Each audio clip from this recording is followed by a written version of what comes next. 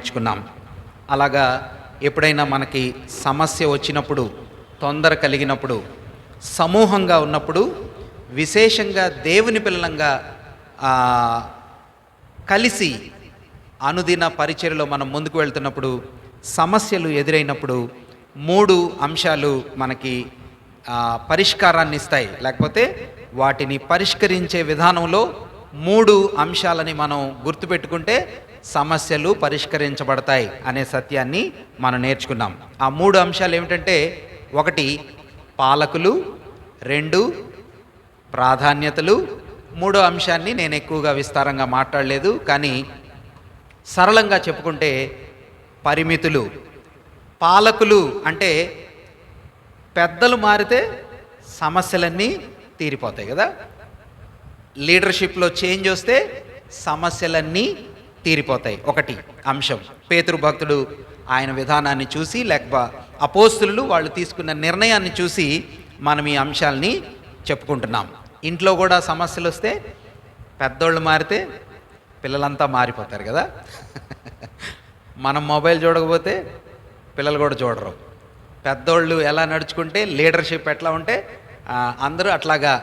So పాలకులు వాళ్ళ ప్రాధాన్యతలు. 2 సంఘము దాని ప్రాధాన్యతలు. దేవుని సన్నిధిలో ఏవి ప్రాధాన్యమైనవో మీరు గమనిస్తే మనం లాస్ట్ వీక్ చెప్పుకున్నాం. అవన్నీ దేవుని మహిమపరచటం ప్రాధాన్యం అనే సత్యం, వాక్యం ప్రాధాన్యమని, ప్రేమ ప్రాధాన్యమని, మీరు కానీ గమనిస్తే ఆ లిస్ట్ ఆఫ్ ప్రయారిటీస్లో నూతన నిబంధన సంఘ రీతి విధానంలో ఏ సమయంలో కూడా శరీరానికి సంబంధించి, శరీరానికి తృప్తి కలిగించే ఏ అంశం కూడా ఎప్పుడు ప్రయారిటీలో వాక్య విధానంలో మనం చూడం. అంటే ఫిజికల్ సాటిస్ఫాక్షన్ ఇచ్చేవి, శరీర సంబంధంగా మనకు తృప్తిని కలిగించే ఏ అంశం కూడా దేవుని సన్నిధిలో, దేవుని పిల్లల మధ్యలో ప్రాధాన్యమైన విషయం కాదు అనే సత్యాన్ని మనం గమనించవచ్చు. కాబట్టి ప్రాధాన్యతలను మనం ఎంచుకుంటే, ఒక మీటింగ్ పెడుతున్నాం, ఒక పరిచర్య చేస్తున్నాం, ఆరాధన చేస్తున్నాం, ప్రార్థన చేస్తున్నాం, సంఘంగా కలిసి గృహదర్శనాలు చేస్తున్నాం, ఏ అంశంలోనైనా what is priority, who is important, ఎవరు ప్రాముఖ్యం, ఏది ప్రాముఖ్యం అనే వాటిని మనం మనసులో పెట్టుకుంటే సమస్యలకు తావు ఉండదు అనే సత్యాన్ని మనం గుర్తుపెట్టుకోవాలి. 3వదిగా సంఘంలో వీళ్ళు పరిచారకులను నిర్ణయించి ఎవరికి ఏమి పని చేయాలో, ఎవరు ఏ పని చేయాలో, అంటే ఈ పని నువ్వు దాటి రాకూడదు, ఈ పని నేను దాటి రాకూడదు, అట్లా లీడర్షిప్ అట్లా చెప్పారు. ఇదిగో ఈ పనికి వీళ్ళుంటారు, ఈ పనికి ప్రత్యేకంగా ఒక్కొక్క పనికి ఒక్కొక్క వ్యక్తి లేకపోతే పనులను డిస్ట్రిబ్యూట్ చేశారు. దానివలన వాళ్ళు చెప్పిన మాట ఏమిటంటే, ఇది మీ పరిధి, ఇది మీ పరిమితి. కాబట్టి సంఘంలోనైనా, కుటుంబంలోనైనా, ఆఫీసుల్లోనైనా, ఎక్కడైనా కూడా మన పరిమితులు మనం చూస్తాం కదా. తండ్రి అయిన దేవుని యొక్క స్పియర్ ఆఫ్ అడ్మినిస్ట్రేషన్ ఉంటుంది. తండ్రి అయిన దేవుడు ఆయన చూసుకునే కొన్ని అంశాలు, కుమారుడైన యేసు ప్రభు వారు ఆయన అడ్మినిస్ట్రేట్ చేసే విషయాలు వేరు, పరిశుద్ధాత్మ దేవుడు తెలియచేసే అంశాలు వేరు. కాబట్టి తండ్రి ఇష్టం అంటారు కుమారుడైన ప్రభువారు. కుమారుడు సమానుడు కాదా? ఖచ్చితంగా సమానుడు. కుమారుడైన ప్రభు తండ్రితో అన్ని విషయాల్లో సమానుడు. పరిశుద్ధాత్మ దేవుడు కూడా అన్ని విషయాలు, త్రియేక దేవుడు. కానీ దేర్ స్పియర్స్ ఆఫ్ అడ్మినిస్ట్రేషన్, వాళ్ళు పరిపాలనా విధానంలో ఎవరి పరిమితిలో, ఎవరి రీతిలో వాళ్ళు ఉంటారని మనం చూస్తాం. సంఘంలో కూడా అలా పరిమితులు, లిమిటేషన్స్, బౌండరీస్ మనం గమనించినప్పుడు ఆ సమస్యలు, ఈ పని ఆయనది కదా, లేకపోతే ఈ పని ఫలానా వ్యక్తిది కదా, ఇంతవరకే కదా నా పరిమితి కదా. చిన్నపిల్లల పరిమితి, సహోదరుల పరిమితి, విశ్వాసుల పరిమితి, నాయకుల పరిమితి, ఒకరి పరిమితిని, ఒకరి బౌండరీ, ఒకరి సరిహద్దుని దాటి ఇంకొకళ్ళు వెళ్ళనప్పుడు ఏ విధమైన సమస్య ఉండదు కదా. ఇంట్లో కూడా అంతే, భర్త లిమిటేషన్స్ ఉంటాయి, భార్య లిమిటేషన్స్ ఉంటాయి, బిడ్డలకి కొన్ని లిమిటేషన్స్ ఉంటాయి, తల్లిదండ్రుల యొక్క పరిమితులు ఉంటాయి. ఎవరి పరిమితిలో వాళ్ళు ఉంటే, ఎవరి లిమిటేషన్స్లో వాళ్ళు ఉంటే ఏ విధమైన సమస్యలు తలెత్తవు, లేక తలెత్తిన మన లిమిటేషన్స్ని మనం గుర్తు పెట్టుకున్నప్పుడు ఆ సమస్యలకు పరిష్కారం దొరుకుతుంది అనే సత్యాన్ని మనం ఈ లేఖన వాక్య భాగాల్లో నుంచి నేర్చుకోవచ్చు. కాబట్టి 3 పా అనే అక్షరాల మీద మనం చెప్పుకున్నాం. మీరు చెప్తారా? పాలకులు, ప్రాధాన్యతలు, పరిమితులు. ఈజీగా గుర్తుంటాయి. ఎప్పుడైనా కష్టం వచ్చినప్పుడు ఈ 3 గుర్తు చేసుకుంటే దేవుని ఆత్మ ద్వారా మనకి పరిష్కారం దొరుకుతుంది. మంచిది. ఈ రాత్రి వేళ మనం మరొక ప్రాముఖ్యమైనటువంటి ఫేజ్లోకి, అపోస్తుల కార్యాల గ్రంథంలో మరొక క్రొత్త పాఠం, మరొక క్రొత్త చాప్టర్ అని చెప్పుకోవచ్చు. ఆల్రెడీ ప్రాథమికంగా అపోస్తుల కార్యాల గ్రంథాన్ని మనం ఉపోద్ఘాత సమయంలో ధ్యానం చేసినప్పుడు అపోస్తుల కార్యాల గ్రంథం 4 విధాలుగా, 4 భాగాలుగా ఉంటుంది అని మనం చెప్పుకున్నాం. ఒకటి, మొదటి భాగంలో అపోస్తులు లేక పేతురు యొక్క నాయకత్వంలో జరిగినటువంటి సంగతులను గూర్చిన వివరాలు దాదాపుగా మనకి ఇదిగో 12వ అధ్యాయం దాకా కనిపిస్తాయి. ఎవరిని గురించన్నా? పేతురు, who is hero till 12th chapter, 1 నుండి 12 అధ్యాయాల దాకా. ఈ అధ్యాయాలన్నిట్లో ఒక ప్రాముఖ్యమైన, ప్రాధాన్యమైనటువంటి హీరో ఫిగర్ లాగా కనిపించేది ఎవరు అంటే భక్తుడైనటువంటి పేతురు గారు. ఈ అంశాల్లోనే, లేకపోతే ఈ భాగాల్లోనే మరొక అంశాన్ని మనం ఏం చూస్తామంటే స్టెఫెను భక్తుడు కూడా ఒక ప్రాముఖ్యమైనటువంటి ఫేజ్, లేకపోతే ఒక ప్రాముఖ్యమైన వ్యక్తిగా మనకి కనిపిస్తాడు. 1 పేతురు భక్తుడు, 2 స్టెఫెను భక్తుడు. ఇదిగో ఇప్పుడు ఈరోజు మనం చదవబోతున్నటువంటి అంశంలో 6వ అధ్యాయం 8వ వచనం నుండి, 6వ అధ్యాయం 8వ వచనం నుండి 7వ అధ్యాయం ఆఖరి వచనం దాకా, అంటే 60వ వచనం దాకా కొందరిని మరి చదువుకొని రమ్మన్నాను. దగ్గర అందరు చదివి ఉండొచ్చు అనుకుంటున్నాను. ఒకవేళ చదవకపోయినా పర్వాలేదు. ఒకసారి చదివితే, 2 సార్లు చదివితే చెప్పేటప్పుడు బాగా అవగాహన కలిగిద్ది, అర్థమవుతాయి. అందువల్ల చదవమన్నాను. చదవకపోయినా పర్వాలేదు. ఒకవేళ మీరు చదివి ఉంటే స్టెఫెను వలన సంఘానికి ఎలాంటి బూస్టెడ్ పవర్ దొరికిందో, సంఘము ఎలాగా శక్తివంతమైన రీతిలో విస్తరించటానికి స్టెఫెను యొక్క మరణం, పరిచర్య ఎలా కారణమైందో మనకి వాక్యలేఖన భాగంలో కనిపిస్తుంది. కాబట్టి మొదటి భాగంలో ప్రాముఖ్యమైన వ్యక్తి పేతురు, 2వ భాగంలో ప్రాముఖ్యమైన వ్యక్తి స్టెఫెను. ఇప్పుడు 3వ భాగంలో ఇంకొక ప్రాముఖ్యమైన వ్యక్తి ఎవరో మీరు చెప్పండి? పౌలు, ఆయన ఆఖరి భాగంలో. స్టెఫెను తర్వాత మరొక ప్రాముఖ్యమైన వ్యక్తి 8వ అధ్యాయంలో మనకు కనిపిస్తాడు.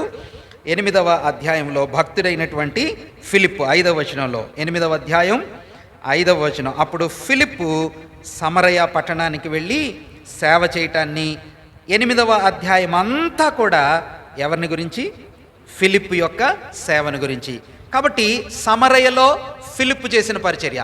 ఇక 9వ అధ్యాయం నుంచి అప్పుడు మీరు చెప్పినట్టుగా ఒక ప్రాముఖ్యమైనటువంటి విశ్వాస యోధుడు, సేవకుడు ఎవరన్నా? భక్తుడైనటువంటి పౌలు గారు. కాబట్టి అపోస్తుల కార్యాల గ్రంథం 4 వ్యక్తుల యొక్క విధానాలపైన, లేకపోతే 4 వ్యక్తులను ప్రాముఖ్యంగా మనకి ఫోకస్లో చూపిస్తుంది. 1 పేతురు భక్తుడు, 2 స్టెఫెను భక్తుడు, 3 ఫిలిప్పు భక్తుడు, 4 భక్తుడైనటువంటి పౌలు గారు. అయితే ఇక్కడ మనం ధ్యానం చేసేటప్పుడు ఫిలిప్పు భక్తుడు ఎవరు అంటే యేసుక్రీస్తు ప్రభు వారి శిష్యులతో, ఆయన శిష్యుల్లో ఒక ఆయన పేరు ఎవరు? ఫిలిప్పు. మనం చూసాం కదా, ఆయన ఫిలిప్పు ఎక్కడ కనిపిస్తాడు మీరు చెప్పండి? బేత్సైదా వాడు. షబాష్, చాలా బాగా చెప్పారు, గుర్తుపెట్టుకొని చెప్పారు. బేత్సైదా వాడైన ఫిలిప్పు ప్రభువుని పిలిచినప్పుడు ఫిలిప్పు ఉన్నాడు. ఆ తర్వాత మొన్న మనం ధ్యానం చేసేటప్పుడు యోహాను సువార్తలో నతానియేల్ని పిలిచాడు. యోహాను సువార్త 2వ అధ్యాయంలో, లేకపోతే 1వ అధ్యాయంలో 5 రొట్టెలు 2 చేపల దగ్గర అసలు ఫిలిప్పునే ప్రభు అడిగింది కదా. ఫిలిప్పు వీళ్ళందరికీ మనమే భోజనం పెట్టాలని చెప్పింది ఎవరితో? ఫిలిప్పే. యోహాను సువార్త 14వ అధ్యాయంలో ఫిలిప్పు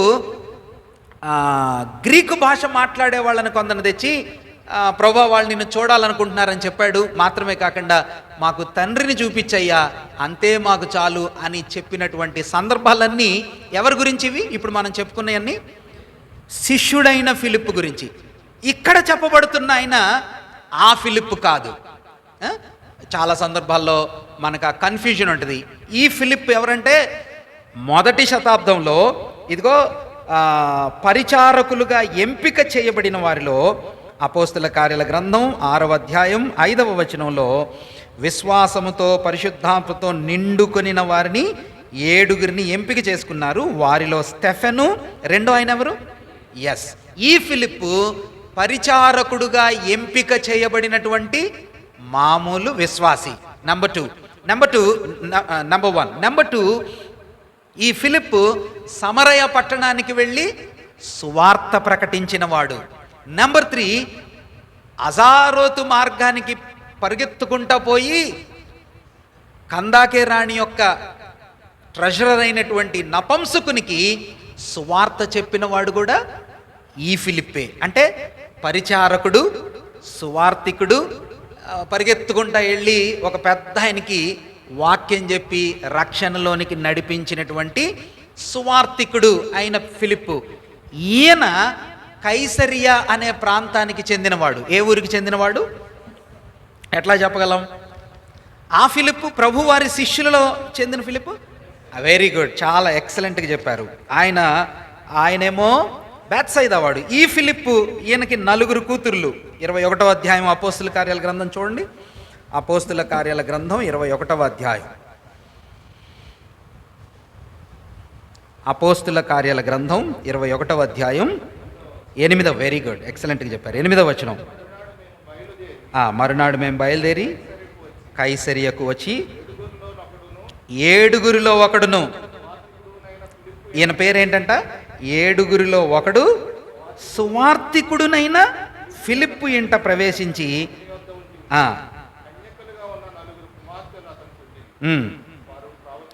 వారు ప్రవచించువారు. ఈ ఫిలిప్పు ఈయన కదా, సమరయ పట్టణానికి వెళ్ళి పనిచేసిన ఆయన. ఆ తర్వాత నపంసకుడైనటువంటి ఆ రాణిగారి ధనాగారానికి అధిపతి, ఫైనాన్స్ మినిస్టర్ గారికి సువార్త చెప్పిన ఈయన. ఆ తర్వాత కైసరియా ఊర్లో పర్మనెంట్ ఇల్లుంది. ఆయన ఇంట్లో 4 కన్యకలైన కుమార్తెలు ఉన్నారు. ఆ కుమార్తెలు కూడా ఎవరంట? ప్రవచించేవారు. డాటర్స్ ఏమో ప్రవచించేవారు, డాడీ ఏమో సువార్తికుడు. ఎంత బ్యూటిఫుల్ హౌస్ కదా. పౌలు గారిని చేర్చుకున్న ఇల్లు, ఆతిథ్యం ఇచ్చే ఇల్లు, పరిగెట్టుకుంటూ పనిచేసే ఎక్సలెంట్ మ్యాన్. కాబట్టి ఈ సువార్తికుడైనటువంటి ఫిలిప్పును గురించి అపోస్తుల కార్యాల గ్రంథంలో మనం గమనిస్తాం. అంతేగాని ప్రభు వెంట తిరిగినటువంటి శిష్యుడైన ఫిలిప్పు ఈయన కాదు అనే సత్యం మనకు కొంచెం క్లియర్గా అర్థం చేసుకుంటే మిగిలిన అంశాలు మనకు అర్థమవుతాయి. కాబట్టి అపోస్తుల కార్యాల గ్రంథం 4 వ్యక్తులు ప్రముఖంగా మనకు కనిపిస్తారు. పేతురు, స్టెఫెను, ఫిలిప్పు, పౌలు. మాత్రమే కాకుండా 4 స్థలాలు కూడా కనిపిస్తాయి అని మనం చెప్పుకున్నాం. మీకు గుర్తుంటే చాలా రోజులైపోయింది. ఒకటి యోదయ ప్రాంతం, ఆ తర్వాత సమరయ ప్రాంతం, ఆ తర్వాత గలిలయ ప్రాంతం, ఆ తర్వాత బూదిగంతాల ప్రాంతం. గుర్తుందా మీకు చెప్పుకున్నది? యోదయ ప్రాంతం ఎక్కడ ఉంటుంది? సౌత్ క్రింద ఉంటుంది. సమరయ ప్రాంతం ఎక్కడ ఉంటుంది? మధ్యలో సెంట్రల్ పార్ట్లో ఉంటుంది. గలిలయ ప్రాంతం ఎక్కడ ఉంటుంది? పైన. ఎస్, వెరీ గుడ్, నార్త్లో ఉంటుంది. ఇప్పుడు మీ థింకింగ్ అలైన్ అవుతుంది చాలా చక్కగా. మనం నేర్చుకునే, నేను చెప్పినప్పుడే కాదు, ఇంకెవరు బోధించినప్పుడు కూడా మీకు ఆ ఫిగర్, ఆ చార్ట్, లేకపోతే ఆ జియోగ్రాఫికల్ మ్యాప్ మీ మనసులో ఉంటే ఎవరు వాక్యం చెప్పేటప్పుడైనా మీకు బాగా అర్థమవుతుంది. కాబట్టి యోదయ ప్రాంతం, సమరయ ప్రాంతం 3, గలిలయ ప్రాంతం, ఆ తర్వాత ఇక అక్కడి నుంచి బూదిగంతాలకి 4 వ్యక్తుల యొక్క సారాంశం అపోస్తుల కార్యాల గ్రంథంలో ఉంటుంది. 4 స్థలాలు లేకపోతే 4 దిక్కుల యొక్క విధానం అపోస్తుల కార్యాల గ్రంథంలో దొరుకుతుంది. 4 సంఘాలు ప్రాముఖ్యంగా కూడా కనిపిస్తాయి. 4 సంఘాలు. ఒకటి, వెరీ గుడ్, యెరూషలేము సంఘం. 12వ అధ్యాయం దాకా ఏ సంఘం? యెరూషలేము సంఘం. 2, ఫిలిప్పు ఏ స్థలంలో పరిచర్య చేశారు? సమరయలో చేశారు. కాబట్టి సమరయలో కూడా ఒక సంఘం ఏర్పడింది. అది కూడా చాలా విశిష్టమైన సంఘం. సో మొదటి సంఘం యెరూషలేము సంఘం, 2వ సంఘం సమరయలో సంఘం, మూడవ సంఘం భక్తుడైనటువంటి పేతురు ఎక్కడికి వెళ్ళాడు? కైసరియకు వెళ్ళి కైసరియలో ఎవరింట్లో సువార్త చెప్పాడు చెప్పండి? ఇటలీ పటాలం అనబడిన పటాలములో కొర్నేలియను భక్తిపరుడు ఒకడుండెను. అతడు కైసరియలో ఉంటాడు. ఆ కైసరియలో ఆయన ఇంట్లో వాక్యం చెప్తా ఉండగా పరిశుద్ధాత్ముడు దిగి రావటం, అక్కడ సంఘం ఏర్పడటం. ఎన్ని సంఘాలు అయినాయి ఇప్పుడు? 3. 1 యెరూషలేము, 2 సమరయ, 3 కైసరియా. ఇక 4వ సంఘం అపోస్తుల కార్యాల గ్రంథం 13వ అధ్యాయంలో వెరీ గుడ్, ఎక్సలెంట్, విస్తారంగా ప్రపంచ వ్యాప్తంగా సేవ విస్తరించడానికి కారణమైనటువంటి సంఘం. ఎవరా సంఘం? అంతియోకయ. ఎక్కడున్న అంతియోకయ? Very good, excellent, very good. సిరియాలోని అంతియోకయ. అది కూడా మీ మనసులో గుర్తుపెట్టుకోండి, సిరియాలోని అంతియోకయ. ఈ 4 స్థలాలు కూడా అద్భుతమైనటువంటి సంఘాలు. ఈ 4 స్థలాల్లో ఉన్న సంఘాలు కూడా విశిష్టమైన సంఘాలు. మాత్రమే కాకుండా 4 ప్రధానమైనటువంటి అంశాలు అపోస్తుల కార్యాల గ్రంథంలో మనకు కనిపిస్తాయి. అవేమిటంటే అపోస్తుల బోధ, తర్వాత సహవాసము, తర్వాత రొట్టె విరుచుట, ఆఖరిగా ప్రార్థన. అట్లా అపోస్తుల కార్యాల గ్రంథాన్ని మనం ఒక బ్రీఫ్ డివిజన్లో 4 అనే అంశాలుగా మనం ఆల్రెడీ ఉపోద్ఘాతంలో చెప్పుకున్నాం. ఇప్పుడు నేర్చుకోవటం కాదు, అప్పుడు ఆల్రెడీ మనం చెప్పుకున్నాం, ఊరికినే మళ్ళీ గుర్తు చేసుకుంటున్నాం. సో అలా 4 వ్యక్తుల యొక్క విభజనలో, లేకపోతే 4 వ్యక్తుల యొక్క సేవా విధానంలో ఇప్పుడు మనకి స్టెఫెను భక్తుని యొక్క సేవ పరిచయం కాబోతుంది. ఆయన యొక్క పరిచర్య రీతి ఇక్కడి నుంచి మనకి స్టార్ట్ అవుతుంది. దాని గురించి మనం అధ్యయనం చేయటానికి ఈ రాత్రి వేళ ప్రయత్నం చేద్దాం. చూడండి, అపోస్తుల కార్యాల గ్రంథం 6వ అధ్యాయం 8వ వచనం నుండి 15వ వచనం వరకు మనం చదవాలి. మీరు ఇంటి దగ్గర చదివి వచ్చుంటే చాలా మంచిది. ఒకవేళ చదివి రాకపోతే ఊరికినే అక్కడక్కడ కొన్ని వచనాలు మనం చదువుకుందాం. చూడండి అపోస్తుల కార్యాల గ్రంథం 6వ అధ్యాయం 8వ వచనం. స్టెఫెను కృపతోనూ బలముతోనూ నిండినవాడై ప్రజల మధ్య మహాత్కార్యములను గొప్ప సూచక క్రియలను చేయుచుండెను. అప్పుడు లిబిర్తేయులదనబడిన సమాజములోను, కురేనీయుల సమాజములోను, అలెక్సాంద్రియుల సమాజములోను, కిల్కియ నుండి ఆసియా నుండి వచ్చిన వారిలోనూ కొందరు వచ్చి స్టెఫెనుతో తర్కించిరి. కానీ మాటలాడుటయందు అతడు అగుపరిచిన జ్ఞానమును, అతనిని ప్రేరేపించిన ఆత్మను వారు ఎదిరింపలేకపోయిరి. అప్పుడు వారు, వీడు మోషే మీదను దేవుని మీదను దూషణ వాక్యములు పలుకగా మేము వింటిమని చెప్పుటకు మనుష్యులను కుదుర్చుకొని ప్రజలను, పెద్దలను, శాస్త్రులను రేపి అతని మీదికి వచ్చి అతనిని పట్టుకొని మహాసభ యొద్దకు తీసుకొని పోయి అబద్ధ సాక్షులను నిలువబెట్టిరి. వారు, ఈ మనుష్యుడు ఎప్పుడును, ఇలా చెప్తున్నారు స్టెఫెన్ గురించి, వారు ఈ మనుష్యుడు ఎప్పుడును అంటే స్టెఫెన్ వైపు చూపించి, ఈ పరిశుద్ధ స్థలమునకును మన ధర్మశాస్త్రమునకును విరోధముగా మాట్లాడుచున్నాడు. ఈ నజరేయుడైన యేసు ఈ చోటును పాడు చేసి మోషే మనకిచ్చిన ఆచారములను మార్చునని వీడు చెప్పగా మేము వింటిమనిరి. సభలో కూర్చున్న వారందరూ అతని వైపు తేరి చూడగా అతని ముఖము దేవదూత ముఖం వలె వారికి కనబడెను. ప్రధాన యాజకుడు ఈ మాటలు నిజమేనా అని అడిగెను. అందుకు స్టెఫెను చెప్పినది ఏమనగా,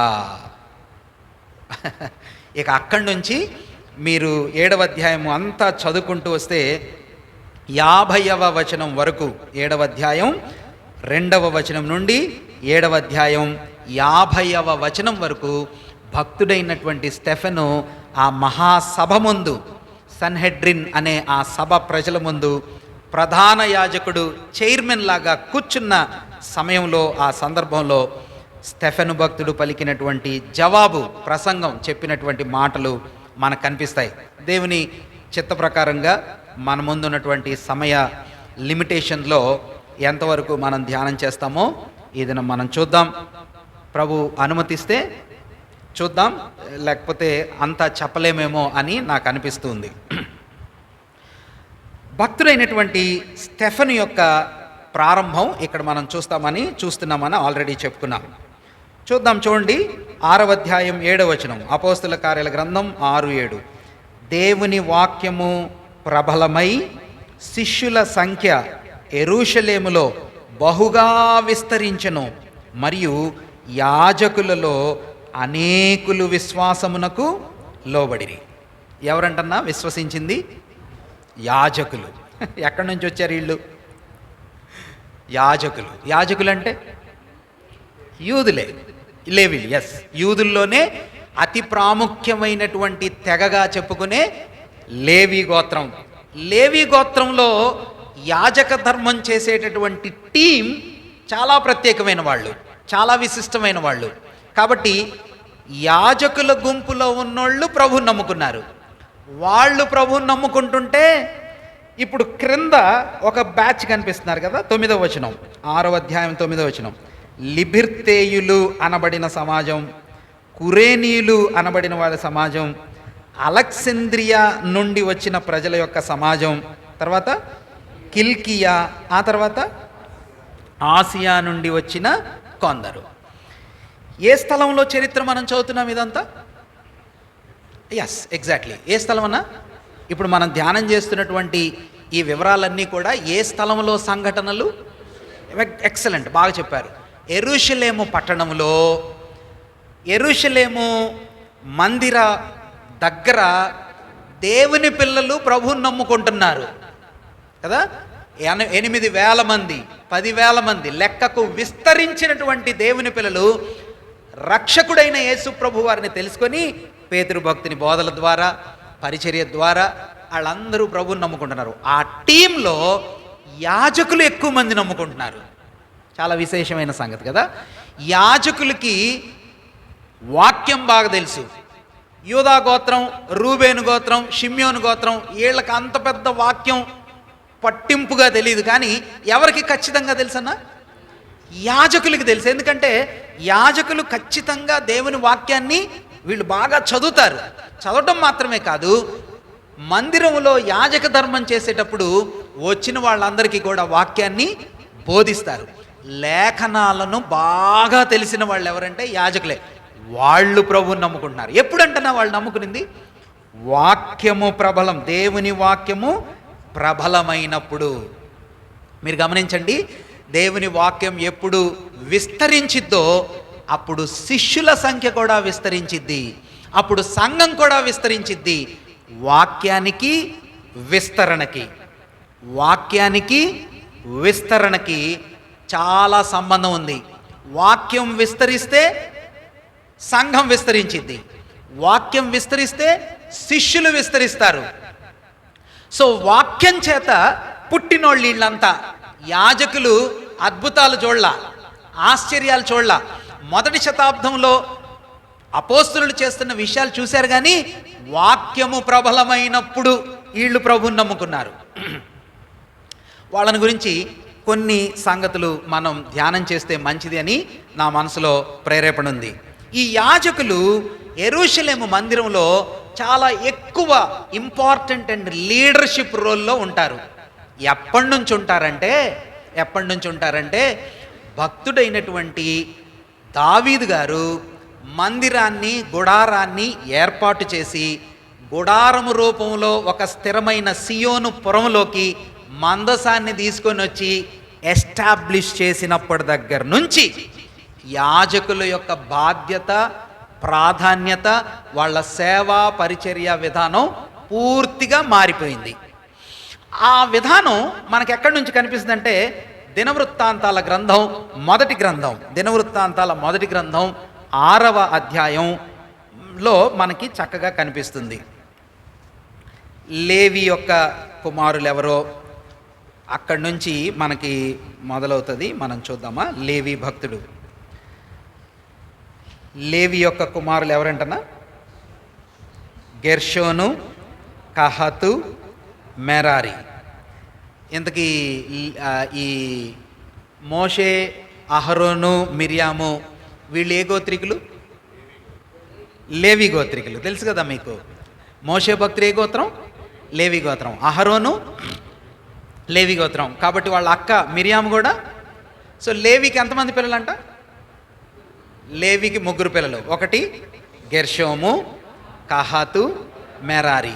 బాగా గుర్తుపెట్టుకోండి, గెర్షోము, కహాతు, మెరారి ఈ లేవి పిల్లలు. ఇప్పుడు గెర్షోము, కహాతు, మెరారి వీళ్ళ పిల్లల్లో ఎవరికి మోషే, అహరోనులు పుట్టారు చెప్పండి? అమ్రాము అనే ఆయన మోషే వాళ్ళ డాడీ.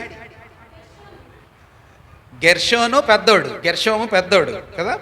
గెర్షోను అనే ఆయన పెద్ద కుమారుడు. రెండో కుమారుడు కహతు, మూడో కుమారుడు మెరారి. ఇప్పుడు ఫస్ట్ ఆయన గెర్షోనుకు పుట్టినోళ్ళ కహత ఉందా? వెరీ గుడ్, దొరికిందా? Excellent, smart. 6వ అధ్యాయం 1వ వచనమే.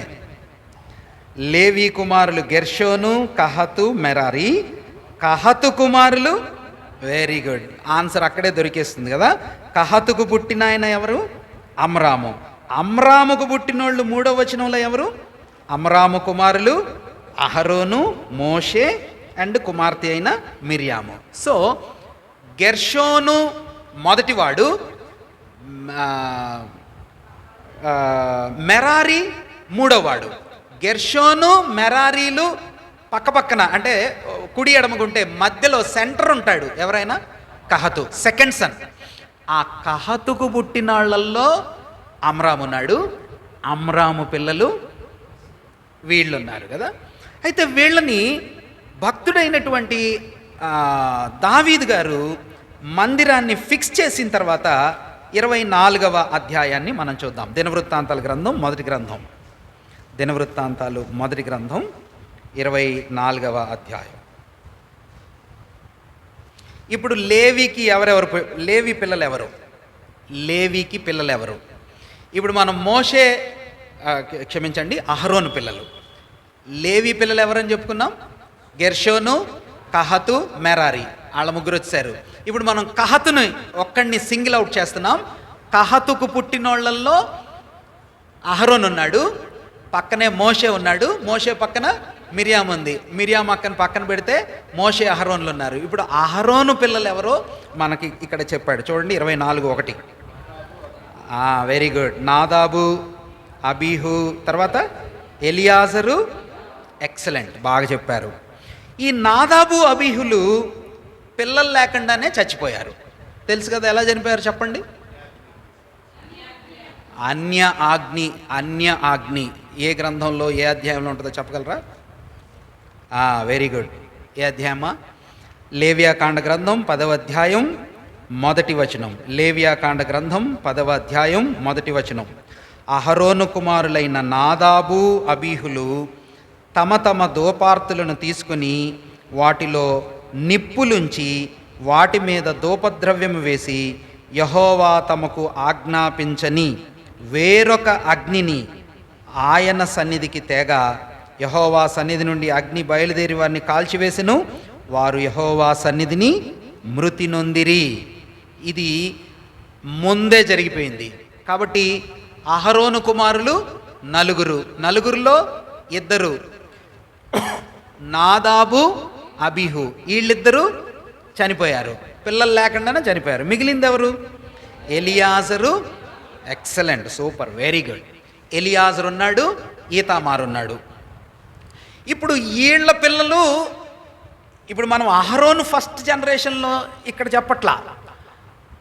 ఈతామారు, ఎలియాజరు యొక్క పిల్లలు పెరిగి పెద్దోళ్ళై వాళ్ళ సంతానం పెరిగి దావీదు సంతానం దగ్గరికి వచ్చారు. దావీదు సంతానం అంటే దావీదు టైం దగ్గరికి వచ్చారు. అహరోను టైం నుంచి, ఆయన పిల్లల ఫస్ట్ జనరేషన్ నుంచి దావీదు దగ్గరికి వచ్చేటప్పటికి చాలామంది పిల్లలు. ఎవరికి? ఈతామారుకి, ఎలియాజర్కి.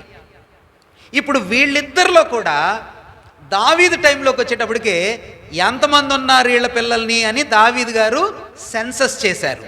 చేసినప్పుడు ఫస్ట్ ఆయన పేరు ఏంటన్నా? ఎలియాజరు. ఎలియాజరు తర్వాత ఈతామారు. ఎలియాజరు పిల్లలు ఎక్కువ మంది ఉన్నారంట. 4వ వచనం చదువుతారా? 24:4.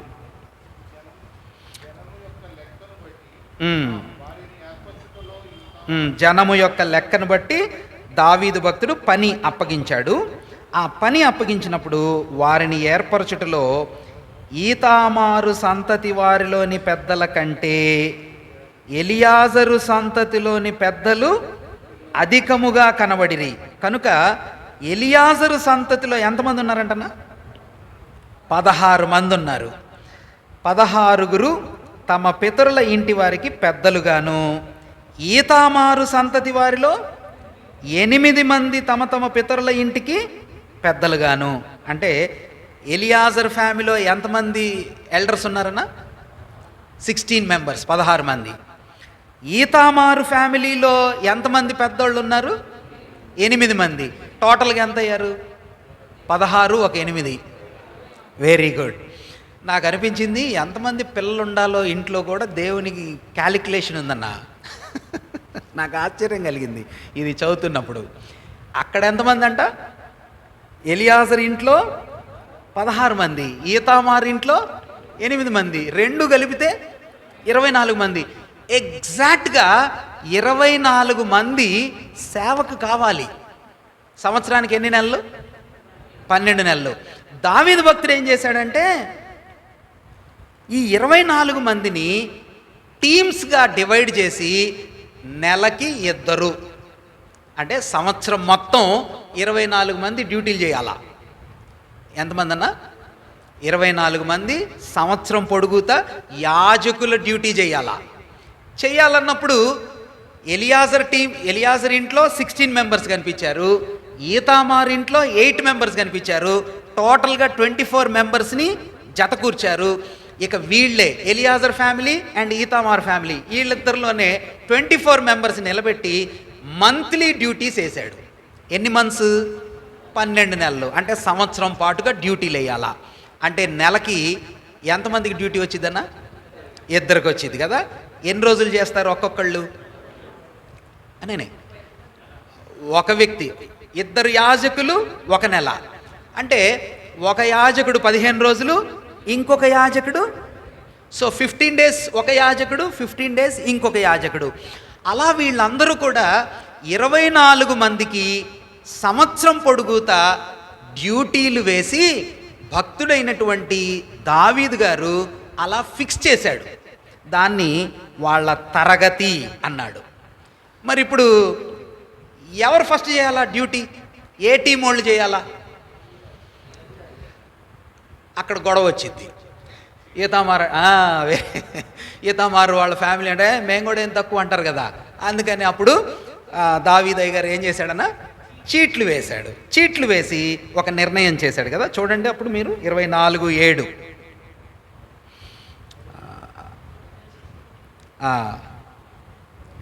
మనకి కనిపించేది ఏంటంటే 6వ వచనం యొక్క ఆఖరి మాటలో ఒక్కొక్క పాత్రలో నుండి ఒక పితరుని ఇంటి చీటి ఎలియాజరు పేరటను, ఇంకొకటి ఈతామారు పేరటను తీయబడెను. 6వ వచనం 24:6 యొక్క ఆఖరి భాగాన్ని నేను చదివాను. ఒక పాత్రలో ఏం చేశారంట? చీట్లన్నీ వేసి పెడితే ఎలియాజరు పేరట, ఈతామారు పేరట చీటీలు తీయాలా. వాళ్ళ చీటీలు తీసినప్పుడు 7వ వచనంలో మొదటి చీటి పలాయన, 2వది పలానా వ్యక్తి, 8వ వచనంలో 3వది పలానా వ్యక్తి అన్న మీరు చదువుకుంటూ వెళ్ళండి. 8వది ఎవరి పేరు మీద ఉందో మీరు చెప్పండి. ఎవరిదంటనా? ఏ వచనంలో ఉంది? వెరీ గుడ్, బాగా చెప్పారు. 10వ వచనంలో ఎవరి పేరుంది? అబియా అనే తరగతిలో 8వ వ్యక్తిగా డ్యూటీ చేయాల్సినటువంటి యాజకుడి పేరు ఎవరు? అబియా. అబియా డ్యూటీ చేస్తాడు. లూకాసు వార్త 1వ అధ్యాయం. మీరు అందుకున్నారా థాట్ని? వెరీ గుడ్, బాగా చెప్పారు. 1వ అధ్యాయం లూకాసు వార్త 1వ అధ్యాయం 5వ వచనం. లూకాసు వార్త 1వ అధ్యాయం 5వ వచనం. యూదయ దేశపు రాజైన హేరోదు దినములలో అబియా తరగతిలో ఉన్న జకర్యా అను ఒక యాజకుడుండెను. అతని భార్య అహరోను కుమార్తెలలో ఒకటి, ఆమె పేరు ఎలిజబెతు. అంటే ఈయన డ్యూటీ చేయటానికి వెళ్తున్నాడు. ఎవరైనా? జకర్యా. ఎవరి తరగతిలో డ్యూటీ పడింది ఈయనకి? అబియా తరగతిలో. అబియాది ఎన్నో తరగతి? Very good. సో ఇలా అప్పటి నుంచి కూడా ఈ డ్యూటీలు చేస్తున్న క్రమంలో యాజకుల యొక్క సంతానం, ఒక హిస్టారియన్ ఏం రాశాడంటే, దాదాపుగా యెరూషలేములో 8 నుండి 10,000 మంది దాకా హేరోదు టైం వచ్చేటప్పటికే యాజకులు ఉన్నారు అని రాశాడు. ఎంతవరకు మనం అథెంటికేటివ్గా దాన్ని తీసుకోక్కర్లేదు, కానీ హిస్టారికల్ రెఫరెన్స్. మేబీ అంతమంది ఉండొచ్చు, తక్కువ ఎక్కువ ఉండుండొచ్చు, మనకు తెలియదు. కానీ అనేకమైన తరగతుల వారీగా సంవత్సరం పొడుగుతూ సేవ చేసేటటువంటి యాజకుల సమూహము యెరూషలేములో నివసిస్తున్నారు. ఆ యాజకుల సమూహంలో వీళ్ళందరూ ప్రభువుని నమ్ముకున్నారు. ఇప్పుడు మనం గమనించినట్టుగా బాప్తిస్మిచ్చే యోహాను ఏ గ్రూపోడు అనమాట? యాజకుల తరగతికి చెందినోడే, యాజకుల ఫ్యామిలీకి చెందినోడే. కాబట్టి యాజకుల కుటుంబాలకు చెందినోడు, వాక్యం బాగా తెలిసి వాక్యాన్ని బాగా అన్వయించుకొని అర్థం చేసుకొని లేఖనాలు, పాత నిబంధన రెఫరెన్సెస్ని బాగా జోడిస్తున్నప్పుడు ఎక్కువ మంది యాజకులు ప్రభువుని నమ్ముకున్నారు. ఈ మాటలు చెప్పడంలో ఉన్న ఉద్దేశం ఏమిటంటే, మీరు ఒక ట్రాన్సిషన్ని గమనించాలి. ఆ ట్రాన్సిషన్ ఏంటంటే, పేతురు భక్తుడు చెప్పిన, యోహాను భక్తుడు చెప్పిన, ఆ తర్వాత తోమా చెప్పిన, వీళ్ళందరూ ఏ గోత్రానికి చెందిన వాళ్ళో రాయబడలా కదనా? ఏ గోత్రానికి చెందిన వాళ్ళో రాయబడలా. కానీ వీళ్ళు చెప్పేటప్పుడు, వాక్యం చెప్పేటప్పుడు, సువార్త చెప్పేటప్పుడు వీళ్ళు ఏం చెప్తారంటే, మేము ప్రభువుని చూసాం, మేము ప్రభువుని చూసాం, ఆయనతో మేము నడిచాం, ఆయన అద్భుతాలను మేము చూసాం, ఆయన్ని మేము కన్నులారా చూసాం, ఆయన్ని మేము చెవులారా విన్నాం, ఇలా చెప్తారు వీళ్ళు. ఇప్పుడు ఈ యాజకులు ప్రభువుని నమ్ముకున్న తర్వాత వీళ్ళు ఎలా చెప్తారంటే, ఎలా చెప్తారన్నా? మేము చూసాం, మేము విన్నాం అని వీళ్ళల్లో అందరూ చెప్పలేరు. కానీ వీళ్ళేం చెప్తారంటే, లేఖనముల ప్రకారం. ఆ ట్రాన్సిషన్ మీరు గమనించాలి. అందుకని నేను అంత డీటెయిల్డ్గా మీకు ఆ బిగినింగ్ నుంచి అర్థం అవ్వాలని తీసుకొని, యాజకులు చెప్పటం మొదలుపెట్టినప్పుడు వాళ్ళ బోధనా విధానం ఎట్లా ఉందంటే, ఇదిగో లేఖనాల్లో ఇలా ఉంది, ఇవన్నీ నెరవేరాయి.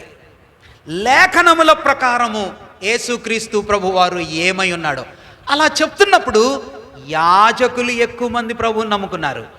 So no more physical relation with the lord, but from now onwards relation in the spiritual manner with the word of God.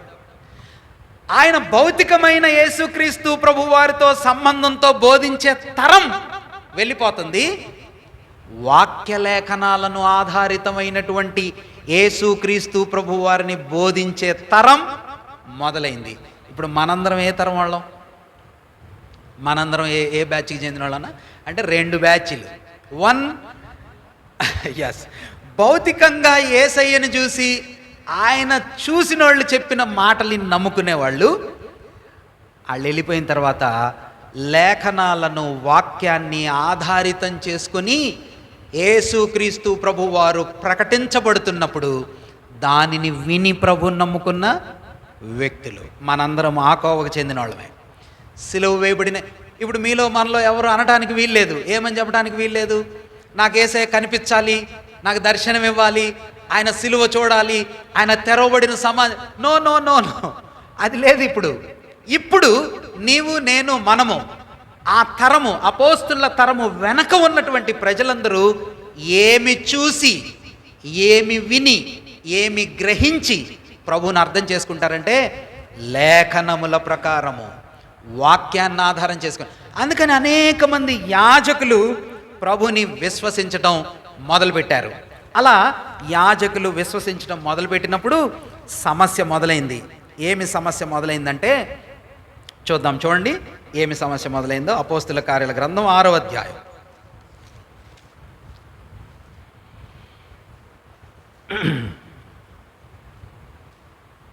అపోస్తుల కార్యాల గ్రంథం 6వ అధ్యాయం 7వ వచనంలో యాజకులు విశ్వసించటం అంటే వాక్యం ద్వారా పుట్టటం, వాక్యం ద్వారా పనిచేయటం, వాక్యం ద్వారా వారు ఫలభరితంగా వాళ్ళ సేవ విస్తరించటాన్ని మనం చూస్తాం. ఇక ఇక్కడి నుంచి వాక్యం ద్వారా ప్రజలు ప్రభువుని నమ్ముకోవటం, వాక్యం ద్వారా వాళ్ళు ప్రభుని సేవించటం, వాక్య ప్రభావంతో సంఘం ముందుకు వెళ్ళే ప్రక్రియ మనకి ఇక్కడి నుంచి కనిపిస్తూ ఉంటుంది.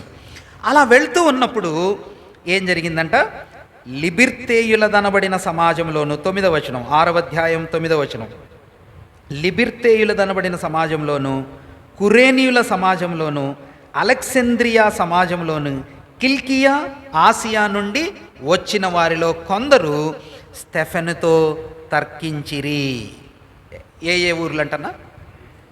లిబిర్తేయులు అనేవాళ్ళు 2, కురేనీయులు 3, అలెక్సాంద్రియా 4, కిల్కియా 5, ఆసియా. Very good. ఇప్పుడు ఈ లిబిర్తేయులు అంటే ఎవరో మీరు గెస్ చేసి ఆ పేరును బట్టి చెప్పాలి అన్నా. Very good. అన్న ఎక్కడో హిస్టారికల్ బుక్, థియోలాజికల్ ఇన్ఫర్మేషన్ పొందారు. వెరీ గుడ్, నైస్, చక్కగా చెప్పారు. ఏంటిది? రోమా సామ్రాజ్యంలో బానిసలుగా వీళ్ళు పట్టుబడి రోమీలు మళ్ళీ వీళ్ళని ఫ్రీగా వదిలిపెట్టేశారు. ఎక్సలెంట్, కరెక్ట్ ఆన్సర్, అందులో ఏం డౌట్ లేదు, 100కి 100% కరెక్ట్. కానీ లిబిర్తేయులు అంటే ఏ ఊరోళ్ళు, ఎవరు అంటే అన్న బాగా చెప్పారు. యెరూషలేములో ఉన్నారు, బట్ యెరూషలేములో ఉన్నోళ్ళ పేరు యూదులు అని చెప్పాలా. ఇప్పుడు మనం మాటికి చెప్పాం కదా పైన, గ్రీకు భాష మాట్లాడే విధవరాళ్ళు, హెబ్రీ భాష మాట్లాడే విధవరాళ్ళు. ఇప్పుడు గ్రీకు భాష ఎక్కడ మాట్లాడతారు? ఇక్కడ కాదు, యెరూషలేం బయట. యెరూషలేంలో ఏం భాష? హెబ్రీ భాష. హెబ్రీ వాళ్ళు అంటే లోకల్, గ్రీక్ అంటే నాన్ లోకల్. ఆల్రెడీ మనం చెప్పుకున్నాం. ఇప్పుడు వీళ్ళు లిబిర్తేయులు అంటే ఎక్కడోళ్ళు అన్నా? క్రీస్తు యేసునందు గుడ్, గ్రీక్ దేశంలో స్థిరపడ్డ. ఏ ఊరు? లిబిర్తే. సరే, సింపుల్ అక్క, ఎక్సలెంట్, 100కి 100 మార్కులు అక్క మీకు. ఏ ఊరమ్మా? అందుకే నేను మాట ఈ పేరు చూసి ఆ పేరు చూసి మీరు గమనించాలని చెప్తున్నా. లిబియా దేశానికి చెందినోళ్ళు లిబిర్తేయులు అంటే ఎక్కడోళ్ళన్నా? People who belongs to Libya are called Libertinians. లిబిర్తేయులు ఎక్కడోళ్ళు? వీళ్ళు లిబియా దేశస్తులు. ఇప్పుడు లిబియా దేశం ఎక్కడుందో మీరు చెప్పాలా, టీచర్లు వారు అందరూ. అమ్మా ఎగ్జాక్ట్లీ, గుడ్. ఐగుప్తు పక్కన ఉంటుంది లిబియా. ఇప్పుడు మన సమయంలో లిబియా దేశానికి చెందినటువంటి ఒక డిక్టేటర్ని చంపారు కదా. ఆ డిక్టేటర్ పేరు తెలుసా మీకు? మొహమ్మద్ గడాఫీ. విన్నారా లేదా? లిబియా దేశానికి చెందిన ఆయన. ఆ చరిత్ర అక్కర్లేదు కానీ లిబియన్స్ అంటే ఏ ఖండానికి చెందిన వాళ్ళు? ఐగుప్తు పక్కన ఉందన్నారు, మంచి మాట చెప్పారు. ఐగుప్తు అంటే ఏ ఖండం? ఆఫ్రికా ఖండం. ఆఫ్రికాలోని యూదులు వీళ్ళు. పైన ఇందాకటి దాకా మనం చెప్పుకున్న వాళ్ళు ఎవరు? గ్రీక్ ప్రావిన్సెస్ నుంచి వచ్చిన వాళ్ళు. అన్న మీరు అర్థం చేసుకుంటున్నారా? మ్యాప్ మీరు మళ్ళీ వ్యూ చేయండి. మ్యాప్ మీ మనసులో తిప్పుకుంటే గ్రీక్ సామ్రాజ్యం నుంచి అంటే నార్థరన్ సైడ్ నుంచి వచ్చిన వాళ్ళు పైన గొడవ. 6వ అధ్యాయం 1వ వచనంలో గ్రీకు భాష మాట్లాడే విధవరాళ్ళు, హెబ్రీ భాష మాట్లాడే విధవరాళ్ళు అంటే నార్థరన్ పీపుల్ వాళ్ళు. ఇప్పుడు వీళ్ళు ఎక్కడోళ్ళు అంటన్నా? ఈజిప్ట్ అంటే ఎక్కడ ఉంటుంది? కింద ఉంటుంది. యెరూషలేం పట్టణానికి లేక ఇశ్రాయేల్ దేశానికి క్రింద సౌత్లో ఉంటుంది అనమాట, ఆఫ్రికాకి చెంది. ఇప్పుడు ఈ కిందోళ్ళు అన్న చెప్పినట్టుగా అది వాక్యంలో ఎక్కడ రాయబడలేదు కానీ హిస్టారికల్ రిఫరెన్స్ ఏమిటంటే ఈ లిబియన్స్ అంటే ఆఫ్రికన్స్. పక్కన ఇంకొక పేరు కూడా రాశారు కదా, ఏం పేరు? కురేనీలు. వాళ్ళు కూడా ఆఫ్రికన్సే. కురేనియన్ అంటే ఆఫ్రికన్స్. ఆ తర్వాత అలెక్సాంద్రియులు అంటే ఎవరన్నా? గ్రీకు భాష మాట్లాడతారు. గ్రీకు యొక్క ఇన్ఫ్లుయెన్స్ వాళ్ళకు ఉంటుంది. కానీ ఐగుప్తు దేశంలో ఒక ప్రాముఖ్యమైనటువంటి పట్టణం యూదులకు సేఫ్ హెవెన్స్ లాగా ఒక పెద్ద అలెగ్జాండర్ చక్రవర్తి, అలెగ్జాండర్ ద గ్రేట్ అనేవాడు పైనుంచి ఇస్రాయేల్ దేశంలో కిందకొచ్చి ఐగుప్తుకు వెళ్ళినప్పుడు అలెగ్జాండర్ ది గ్రేట్ యొక్క కమాండర్స్లో ఒకడు ఐగుప్తుకు చెందినవాడు. Okay, Seleucus Ptolemy or Seleucus someone Seleucus the great. కాబట్టి గుడ్, థ్యాంక్ యూ. వీళ్ళని ఎంచుకోవాలి. అలెగ్జాండర్ కిందకొచ్చి సెల్యూకస్ని ఎంచుకొని, లేకపోతే ఆయన జర్నల్స్లో ఒకళ్ళని ఎంచుకొని తీసుకెళ్ళాలా. అలా ఎంచుకోవటానికి వచ్చినప్పుడు ఇస్రాయేల్ దేశం గుండా వెళ్ళబోతున్నప్పుడు ఆల్రెడీ మనం చెప్పుకున్నాం, అలెగ్జాండర్ని ఎవరైతే అపోజ్ చేస్తారో వాళ్ళని ఆయన చంపుతాడు, ఎవరైతే వెల్కమ్ చేస్తారో వాళ్ళకి సేఫ్టీ ఇస్తాడు అలెగ్జాండర్ ది గ్రేట్. వీళ్ళెందుకు సేఫ్టీ ఇచ్చారంటే, దానియేలు భక్తుడు ఆయన గ్రంథంలో అలెగ్జాండర్ లాంటి ఒక యోధుడు వస్తాడు అని ముందే చెప్పాడు అని యూదులకి అవగాహన ఉంది. అందుకని అలెగ్జాండర్ వస్తున్నప్పుడు ఆయన్ని వెల్కమ్ చేశారు. వెల్కమ్ చేయగానే అలెగ్జాండర్ వాళ్ళ మీద ఒక మంచి ఒపీనియన్తో ఐగుప్తుకు వెళ్ళి, ఐగుప్తు దేశంలో ఆయన కమాండర్ని సెలెక్ట్ చేసుకునే ముందు ఆ ప్రాసెస్లో యూదులకు సేఫ్గా ఉండే ఒక పట్టణాన్ని కట్టాడు. ఆ పట్టణం పేరేంటి? అలెగ్జాండ్రియా. ఏం పేరు? ఆ ఊరికి చెందిన ఆయన ఒక మంచి ప్రావీణ్యం కలిగినటువంటి ఒక ఆయన ఉన్నాడు, అపోల్లో. అలెగ్జాంద్రు వాడైనటువంటి Apollo, he is a very learned man, లేఖనాల్లో ప్రావీణ్యం కలిగిన వాడు, అలెగ్జాండ్రియా ప్రాంతానికి చెందినవాడు. ఇప్పుడు ఈ అలెగ్జాంద్రియా అనే సమాజం అంటే, కురేనియా అంటే ఆఫ్రికా వాళ్ళు, లిబియన్స్ అంటే ఆఫ్రికా వాళ్ళు, అలెగ్జాండ్రియా అంటే ఐగుప్తు దేశంలో క్యాపిటల్ సిటీ లాంటి ఒక పట్టణానికి చెందిన వాళ్ళు. ఇప్పుడు పైన ఎవరన్నా, నెక్స్ట్ ఎవరు? కిల్కియా నుండి. ఆ తర్వాత ఇప్పుడు మీకు కిల్కియా అంటే ఎవరన్నా గుర్తొచ్చారు?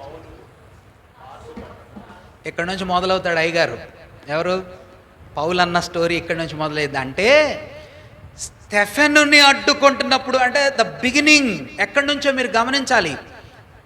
స్టెఫెను భక్తుడిని పట్టుకొని ఆయన చెప్పే వాక్యం, ఆయన చెప్పే ధాటి వింటున్నప్పుడు ఒక కుర్రోడు ఏదో పైన నార్థరన్ ఊరు నుంచి అప్పుడే వచ్చాడు, గమనియేలు గారి పాదాల దగ్గర నేర్చుకొని వచ్చాడు. గమనియేలు గారు కనిపించాడా మీకు? ఆల్రెడీ మనం నేర్చుకున్నాం, ఈ అధ్యాయంలో వెనకనే చూసాం. ఏం చెప్పాడు ఆయన? ఇది దేవుని వలన మొదలై ఉంటే ఎవరు ఆపలేరు. మీరు మర్చిపోయారా? మర్చిపోలేదు కదా? 5వ అధ్యాయం 33వ వచనం లేకపోతే 34.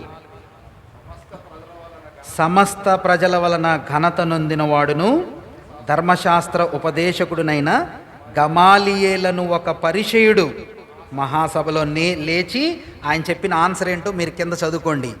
ఏం చెప్పాడంటే 39వ వచనం, దేవుని వలన కలిగినదాయన మీరు వారిని వ్యర్థపరచలేరు. మీరు ఒకవేళ దేవునితో పోరాడతారేమో, ఇది మనుషుల వలన కలిగితే దానికదే వ్యర్థమైపోయిద్దని 38వ వచనంలో చెప్పాడు. 38, ఈ ఆలోచన అయినను ఈ కార్యమైనను మనుషుల వలన కలిగినదాయన అది వ్యర్థమగును. ఒకవేళ దేవుని వలన కలిగినదాయన మీరు వీరిని వ్యర్థపరచలేరు అని స్టేట్మెంట్ ఇచ్చింది ఎవరన్నా? గమాలియేల్. ఈ డిస్కషన్ గమాలియేల్ గారితో ఒక్కడితో పోయింటుంది అంటారా, లేకపోతే ఆ డిస్కషన్ ఆయన శిష్యులకు కూడా చెప్పుంటాడా? మనకు తెలియదు. బట్ ఎజంప్షన్, మనం అనుకోవటం సాధారణంగా ఏమనుకోవచ్చు అంటే అదొక ప్రాముఖ్యమైన హాట్ అండ్ బర్నింగ్ టాపిక్.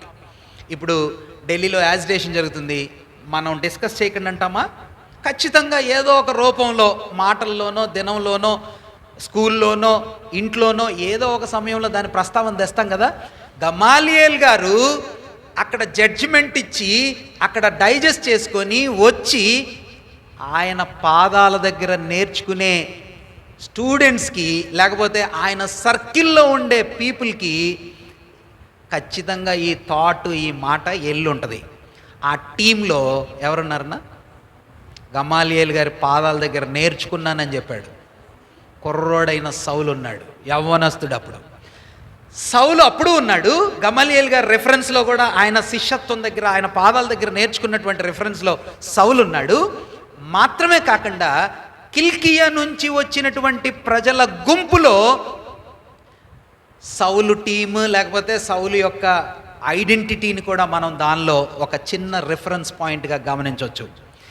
వీళ్ళందరూ వచ్చి ఎక్కడ ఉంటున్నారంటన్నా? లిబియా నుంచి, కురేని నుంచి, అలెగ్జాంద్రియా నుంచి, కిల్కియా నుంచి, ఆసియా నుంచి, టర్కీ నుంచి వీళ్ళందరూ వచ్చి ఎక్కడ ఉంటున్నారన్నా?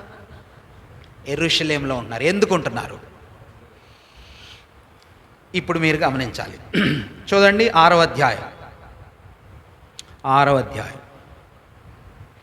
12-13 వచనాలని మనం చదువుకుందాం. 12-13 వచనాలు. ప్రజలను, పెద్దలను, శాస్త్రులను రేపి, ఎవరంట రేపింది?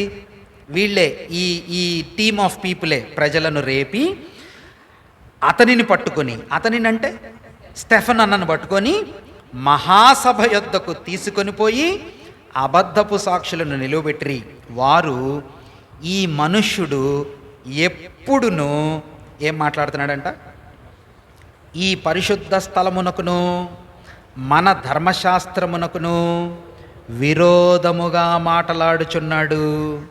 ఈ నజరేయుడైన యేసు, ఈ మాట పట్టుకోండి, ఈ చోటును పాడు చేసి మోషే మనకిచ్చిన ఆచారములను మార్చునని వీడు చెప్పగా మేము వింటిమి. ఇప్పుడు వీళ్ళ కంప్లైంట్ ఏంటో మీరు కొంచెం విస్తారంగా చెప్పగలరా?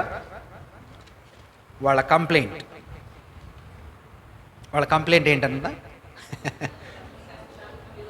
ధర్మశాస్త్రానికి విరోధంగా మాట్లాడుతున్నాడు. 14వ వచనం చూసి చెప్పండి. 6:14. నజరేయుడైన ఈ యేసు ఈ చోటును, అంటే వీళ్ళందరూ ఎక్కడోళ్ళు? వీళ్ళు ఎక్కడోళ్ళు? కురేని కిందోళ్ళు, లిబియా ఆఫ్రికా వాళ్ళు, ఆ పక్కన అలెగ్జాంద్రియా ఐగుప్తోళ్ళు, కిల్కియా పైన టర్కీ వాళ్ళు, ఆ పక్కన ఆసియా అంటే టర్కీ. వీళ్ళు అందరూ వేరే వేరే ఊళ్ళోళ్ళు. వీళ్ళందరూ ఎక్కడికి వచ్చారంటన్నా? ఈ చోటుకు వచ్చాం. దేనికి వచ్చాం? ఇది మనకి సింపుల్గా అర్థం చేసుకోవచ్చు. మీరు అంటే మనకి యూదులతో కానీ టచ్ ఉంటే, యూదులందరి మనసు, వాళ్ళందరి ఆలోచన ప్రతి దినం కూడా దేని మీద ఉంటుందంటే, మేమేదో ఒక రోజు ఎక్కడికి వెళ్తాం? యెరూషలేంకి వెళ్ళిపోతాం.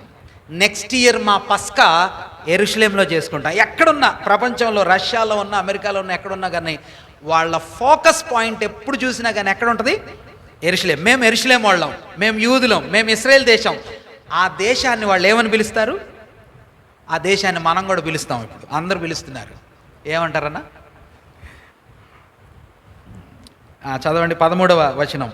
6:13లో ఈ మనుష్యుడు ఎప్పుడును, 13 ఆఖరి మాట, ఈ పరిశుద్ధ స్థలమునకును, ఏం స్థలం అంటున్నది? బాగా చెప్పారు. ఏమంటారు దాన్ని? ఇంగ్లీష్లో చెప్పండి. ఎగ్జాక్ట్లీ ఆ word, this is our Holi land, this is our Holi land.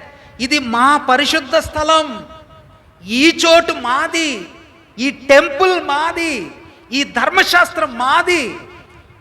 ఈ ప్లేస్కి వ్యతిరేకంగా ఇతను మాట్లాడుతున్నాడు. మీరు ఈ మాటలు గుర్తుపట్టాలా. కంప్లైంట్ ఏంటంటే, మేమేమో మా కురేని దేశం, మా లిబియా దేశం, మా కిల్కియా ప్రాంతం, మా ఆసియా స్థలం, మేముండే స్థలాలన్నీ వదిలిపెట్టి ఈ ప్రాంతం మాది, ఇది అబ్రహాముకు దేవుడిచ్చాడు, ఇది పరిశుద్ధ స్థలం, ఇక్కడ మాకు అన్నీ ఉన్నాయి, అసలు ఇక్కడికి వస్తే చాలు మేము పరలోకానికి వెళ్ళిపోయినట్టే అనుకోని భక్తి, శ్రద్ధ, ఖర్చు, లేబర్ పెట్టి మేము ఎక్కడికి వచ్చాం? ఈ స్థలానికి వచ్చాం.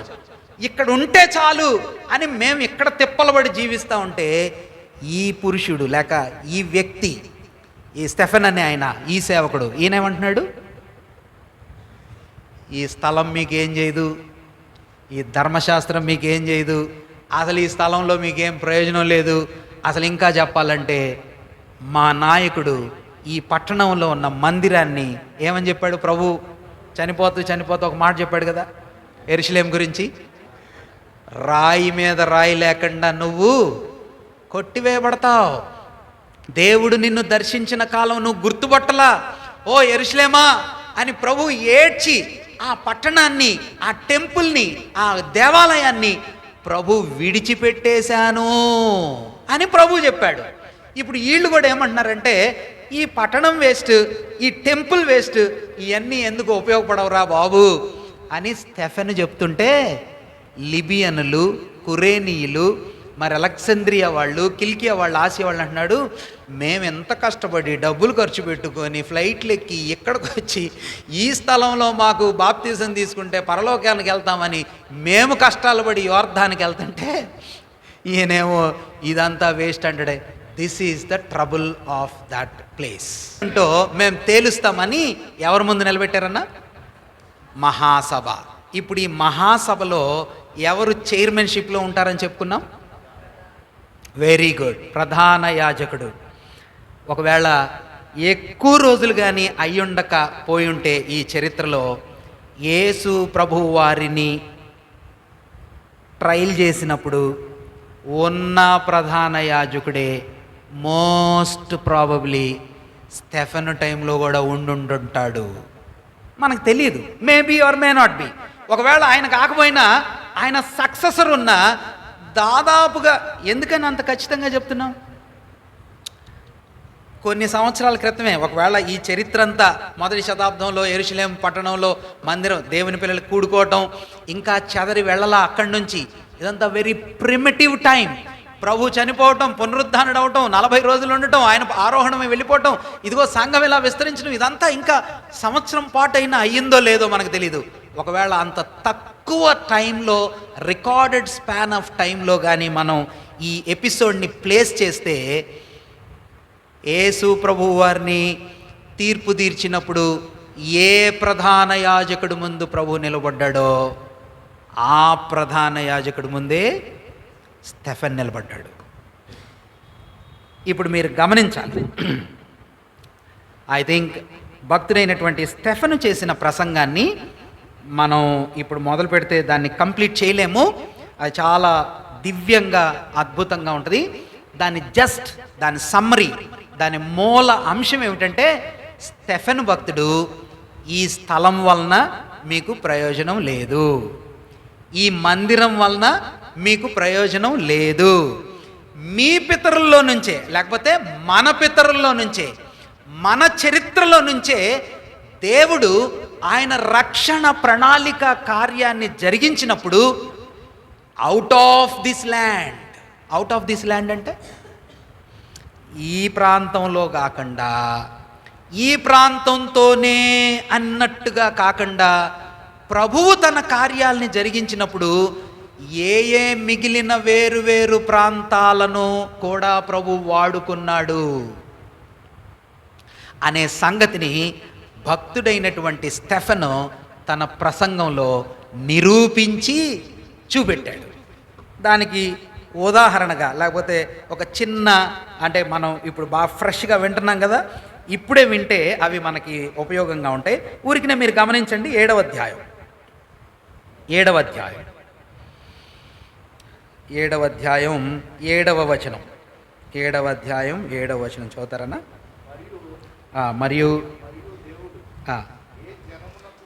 మరియు దేవుడు ఏ జనమునకు వారు దాసులయ్యుందురో ఆ జనమును నేను విమర్శ చేయుదును, ఆ తరువాత వారు వచ్చి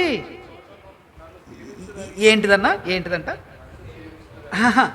ఈ చోట, అక్కడ గొడవ ఏంటి? 6వ అధ్యాయం 14వ వచనం, 6:14లో ఏంటి? నజరేయుడైన యేసు ఈ చోటు, దిస్ ప్లేస్, ఎస్, ఈ ప్లేస్ని పాడు చేశారు. ఇప్పుడు స్టెఫెను యొక్క ప్రసంగం అంతా ఏంటంటే, ఏ చోటు ముఖ్యం, ఏ చోటైతే దేవుడు పనిచేస్తాడు, ఏ చోటులో దేవుడు తన కార్యాలను, ఏ ప్రాంతాన్ని ఆధారం చేసుకుని ఆయన పనిచేస్తాడు.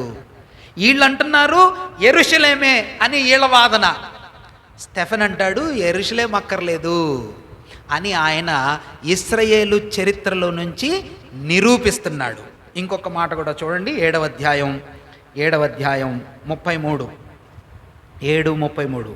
అందుకు ప్రభువు, అంటే మోషే భక్తుడిని ప్రభువు కలిశారు. మోషే నిదానించి చూడటానికి తెగించలేదు. 33వ వచనం, అప్పుడు అందుకు ప్రభువు, నీ చెప్పులు విడువుము, నీవు నిలిచి ఉన్న చోటు. ఏంటిదంటది? నువ్వు నిలిచి ఉన్న చోటు ఎలాంటిది? It is a holy place. నువ్వు అనుకుంటున్నావు ఇది హోలీ ల్యాండ్, కానీ నువ్వు అనుకునేది కాదు హోలీ ల్యాండ్. దేవుడు ఎక్కడ నిలబడితే అదే హోలీ ల్యాండ్. దేవుడు ఎక్కడ మాట్లాడితే అదే హోలీ వర్డ్. దేవుడు ఏం మాట్లాడితే అది హోలీ వర్డ్. దేవుడు ఎక్కడ నిలబడితే అది హోలీ ప్లేస్. దేవుడు ఏం చేస్తే అదే హోలీ థింగ్. నువ్వు ఒక స్థలానికి, ఒక సిద్ధాంతానికి, ఒక మనిషికి, ఒక జాతికి, ఒక గుంపుకి ఒక పరిమితి నియమించుకొని ఉంటే నువ్వు దేవుణ్ణి గుర్తుపట్టకుండా ఉన్నావేమో. ఆ మాటలు స్టెఫెను తన ప్రసంగంలో నిరూపించటాన్ని మనం చూస్తాం.